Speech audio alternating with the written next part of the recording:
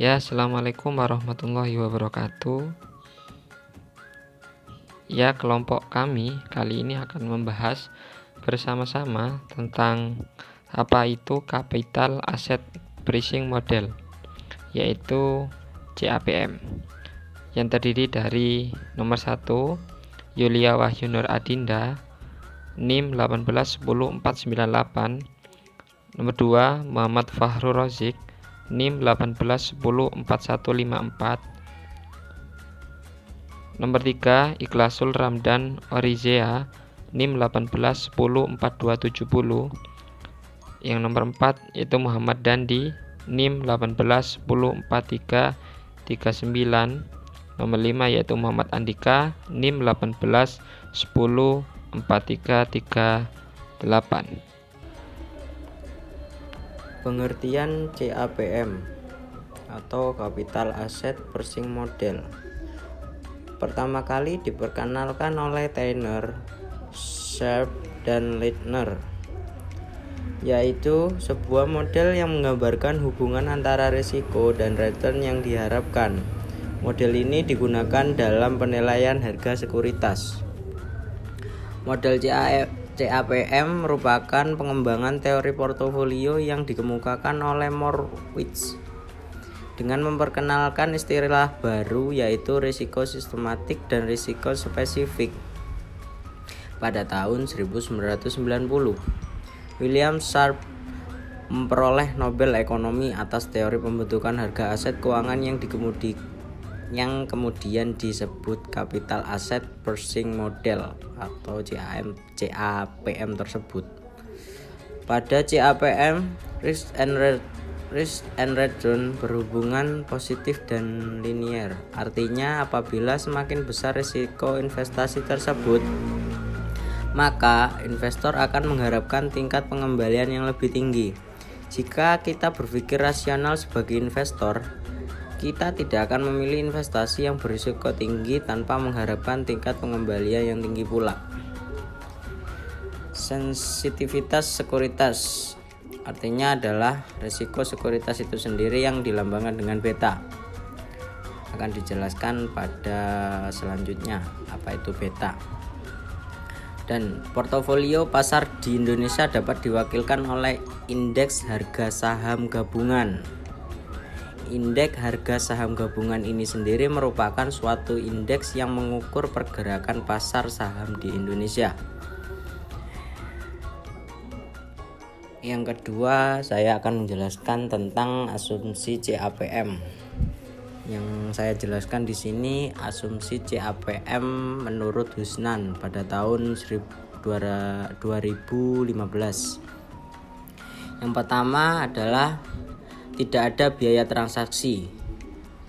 Jadi siapapun yang dapat membeli atau menjual saham sekuritas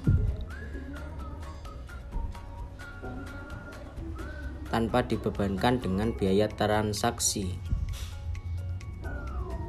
Yang kedua adalah fully divisible, artinya investasi sepenuhnya dapat dibagi-bagi.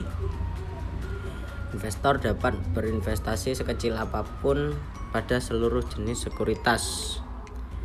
Yang ketiga, tidak ada pajak penghasilan, yaitu investor akan merasakan indifferent antara memperoleh pemasukan atau dividen atau memilih capital gain. Yang keempat adalah investor tidak dapat mempengaruhi harga saham dengan tindakan membeli atau menjual saham. Jadi kita sebagai investor itu tidak akan mempengaruhi harga saham tersebut. Kita mau beli saham tersebut dengan satu lot atau hanya satu lembar atau mungkin 1000 lot. Jadi harga saham itu tidak terpengaruh dengan kita sebagai investor membeli saham tersebut. Begitu. Yang kelima adalah pengharapan yang homogen. Jadi investor sepakat mengenai expected return, standar deviasi, dan koefisien korelasi antara return. Yang selanjutnya adalah semua aktiva dapat diperjualbelikan. Selanjutnya, investor bertindak atas pertimbangan expected value menggunakan standar defisiasi return. Yang selanjutnya, diperbolehkan short sales. Short sales adalah investor dapat membeli dan menjual sekuritas dalam waktu yang singkat dengan mengharapkan capital gain atau keuntungan. Terdapat risk-less lending and borrowing rates. Artinya investor dapat menyimpan dan meminjamkan aset dengan tingkat bunga yang sama.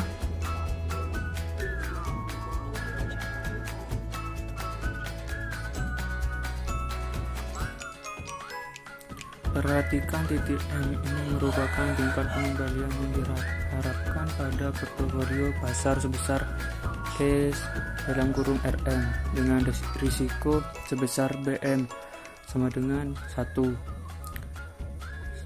2. Security Market Line merupakan garis pasar sekuritas yang menunjukkan bahwa risk and return berhubungan positif linear. Perhatikan SML sebelah kiri titik M. Semakin kecil risiko sistematis, maka expected return portofolio atau sekuritas tersebut akan semakin kecil. Sementara itu, SML sebelah kanan titik M menunjukkan bahwa semakin besar B, maka expected return portofolio atau sekuritas tersebut akan semakin besar. 3. RF merupakan risk free rate atau disebut pula sebagai investasi bebas risiko. Di Indonesia, RF dapat diwakilkan dengan suku bunga deposito atau BI rate. Perhatikan posisi RF, yaitu berada pada B sama dengan 0. Selain itu, SML dimulai dari titik RF sehingga RF merupakan intercept dari SML. 4. Risk premium merupakan selisih dari expected return market dengan risk free rate. Hal ini menandakan bahwa risk premium merupakan kelebihan yang akan diterima investor apabila berinvestasi pada aset berisiko dengan risiko sebesar B, sehingga risk premium merupakan slope dari SML. Rumus CAM: ekspektasi return cost of equity sama dengan RF plus BS sama dalam kurung RM dan dalam kurung RM sampai R dan RF, di mana 1. RF sama dengan risk free rate dalam kurung investasi tanpa risiko. 2. B atau beta sama dengan non-diversifiable risk dalam kurung risiko sistemik yang tidak bisa dihilangkan melalui diversifikasi oleh investor seperti kondisi ekonomi, faktor politik, dan lain-lain. 3. RM sama dengan market return. Seringkali kalau di Indonesia kita digunakan return IHSG atau indeks harga saham gabungan. 4. RF biasanya didekati dengan tingkat return suku bunga bank sentral. Di Indonesia umumnya risk free aset didekati dengan tingkat return suku bunga Bank Indonesia. 5. BS didekati dengan menghitung data tim series saham dengan data return pasarnya. Penjelasan mengenai cara menghitung beta disertakan di bagian akhir artikel ini. RM didapatkan dengan meramalkan return IHSG. Contoh soal: suatu sekuritas X yang mempunyai expected return 0 0,27% per tahun dan nilai betanya 1.2. Apakah sekuritas X ini layak dibeli atau tidak? RS sama dengan RF plus BS dalam kurung RM RF. RS sama dengan RF plus BS dalam kurung RM kurangi RF. RF sama dengan misal SBI 1 bulan saat ini adalah 0,06 dalam kurung 6% per tahun. RM sama dengan misal return IHSG yang diharapkan saat ini adalah 0,26 atau 26% per tahun, didapatkan dengan cara memprediksi return. BS sama dengan 1.2 sehingga RS sama dengan 1.6 plus 1.2 atau 0.26 kurangi 0,06. RS sama dengan 0.06 plus 1.2 atau 0.2. RS sama dengan 0.06 plus 0.24. RS sama dengan 0.3 atau 30%. Kesimpulan dengan nilai beta 1.2 apabila return yang diperolehnya hanya 27%, maka harga sekuritas terlalu mahal karena return wajarnya adalah 30%. Di sini saya akan menjelaskan apa itu beta.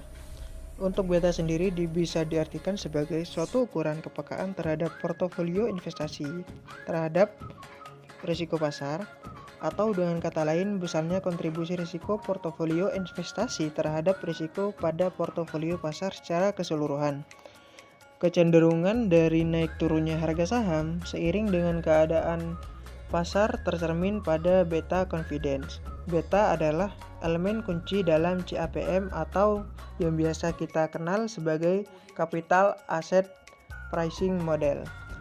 Untuk pengertian beta menurut Houston dan Brigham, Fundamentals of Financial Management, edisi ke-251, beta confident a measure of market risk, which is the extent to which the returns of a given stock move with the stock market.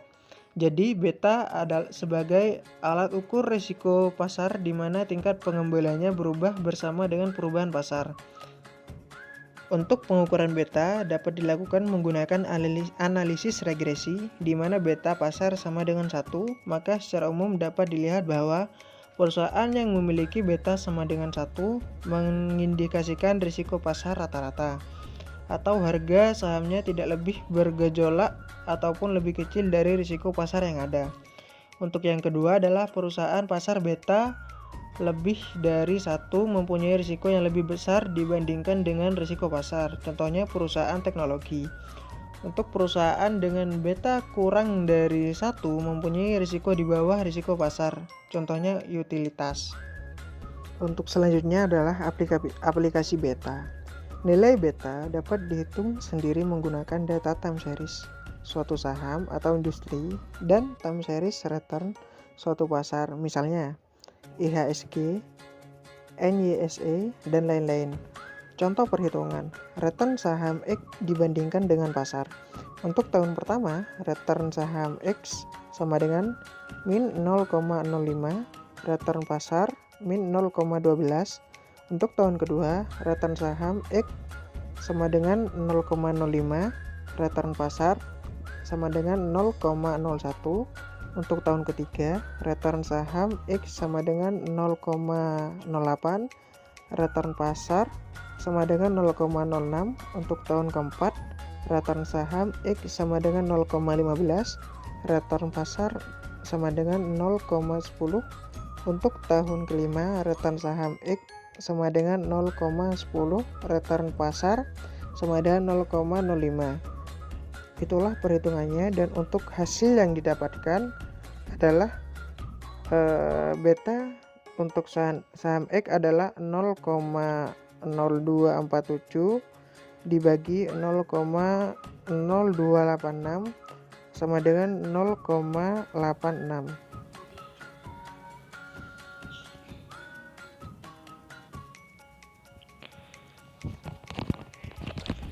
Ya, kali ini akan membahas tentang yang capital market line atau garis pasar modal, yaitu merupakan hubungan antara risiko dan retur portofolio efisien akan menghasilkan garis pasar modal atau yang bisa disebut capital market line.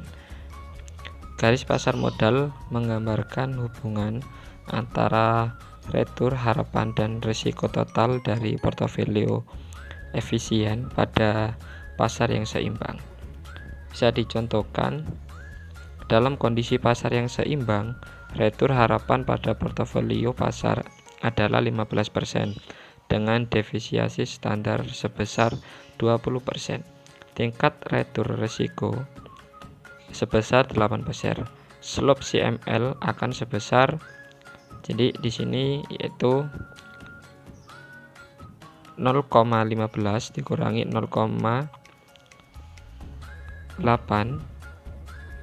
dibagi 0,20 sama dengan 0,35. Dengan demikian bisa disimpulkan bahwasannya slope CML sebesar 0,35 ini dapat diartikan bahwa setiap terjadi kenaikan 1% risiko portofolio, maka tambahan retur yang disyaratkan oleh pasar sebesar 0,35%. Di sini ada beberapa hal penting yang dapat disimpulkan dari penjelasan mengenai garis pasar modal CML adalah sebagai berikut. Garis pasar modal terdiri dari portofolio efisien yang merupakan kombinasi dari aset yang berisiko dan aset yang bebas risiko. Portofolio M merupakan portofolio yang terdiri dari aset yang berisiko atau disebut dengan portofolio pasar.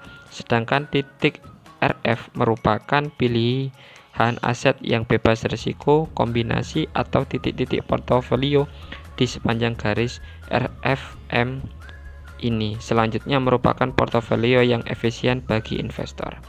Slope CML akan cenderung positif karena adanya asumsi bahwa investor bersifat risk averse, artinya investor akan mau berinvestasi pada aset yang berisiko jika mendapatkan kompensasi berupa retur harapan yang lebih tinggi. Dengan demikian, semakin besar risiko suatu investasi, semakin besar pula retur harapan. Ya, jadi ini retur harapan itu yaitu tentang retur yang membicarakan tentang bagaimana kemudian investasi ini pada masa depannya. Berdasarkan data historis, adanya risiko akibat perbedaan retur aktual dan retur harapan akan bisa menyebabkan slope CML yang negatif. Slope negatif ini terjadi bila tingkat retur aktual portofolio pasar lebih kecil dari tingkatan keuntungan bebas risiko. Garis pasar modal dapat digunakan untuk menentukan tingkat retur harapan untuk setiap risiko portofolio yang berbeda. Untuk selanjutnya yaitu security market line atau garis pasar sekuritas. Garis pasar sekuritas atau security market line adalah garis yang menghubungkan tingkat return harapan dari suatu sekuritas dengan risiko sistematis atau beta.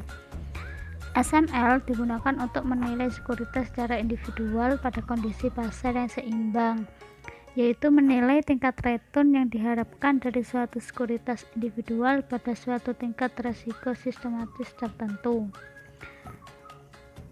Untuk menghitung risiko portofolio yang terdiri dari berbagai jenis aset, bisa menggunakan deviasi standar suatu portofolio.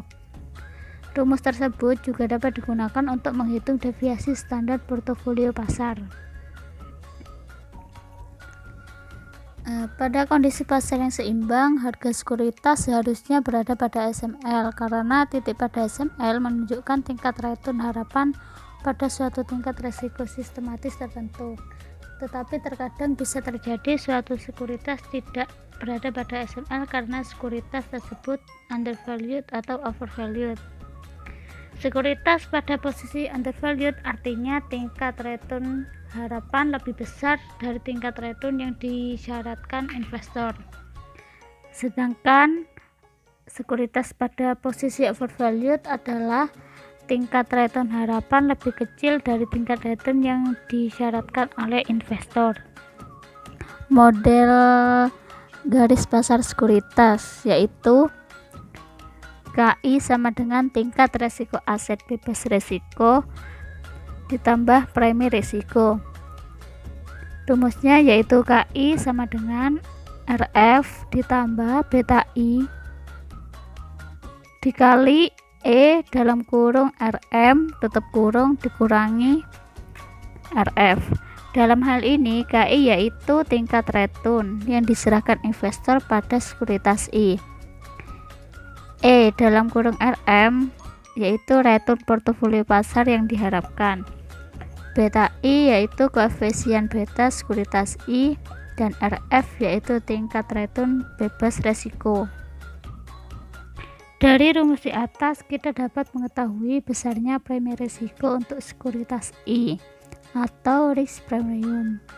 Premium risiko sekuritas I dapat dihitung dengan mengalihkan beta sekuritas tersebut dengan premium risiko pasar.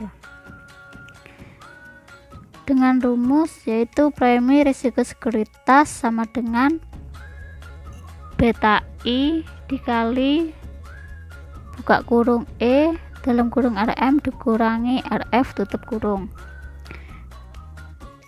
Contohnya yaitu diasumsikan beta saham PT Gudang Garam adalah 0,5 dan tingkat return bebas risiko atau RF adalah 1,5%. Tingkat return pasar yang diharapkan diasumsikan sebesar 2%. Dengan demikian, maka tingkat keuntungan yang disyaratkan investor untuk saham PT Gudang Garam yaitu di sini tinggal dimasukkan saja angka-angkanya yaitu KI menjadi 1,75%. Demikian penjelasan dari kelompok kami. Apabila ada yang kurang jelas mohon maaf karena kami dalam proses belajar. Kurang lebihnya mohon maaf. Wassalamualaikum warahmatullahi wabarakatuh.